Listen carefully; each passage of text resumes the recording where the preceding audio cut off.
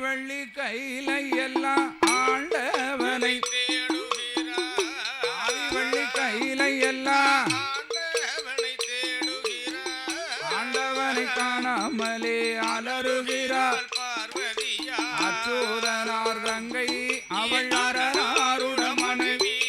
அச்சூதனார் தங்கை அரணாருட மனைவி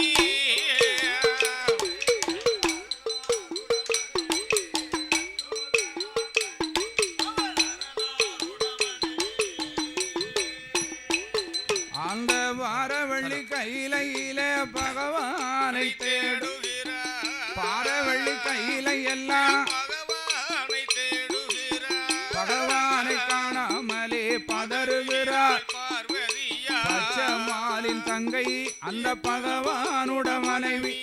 பச்சமாலின் தங்கை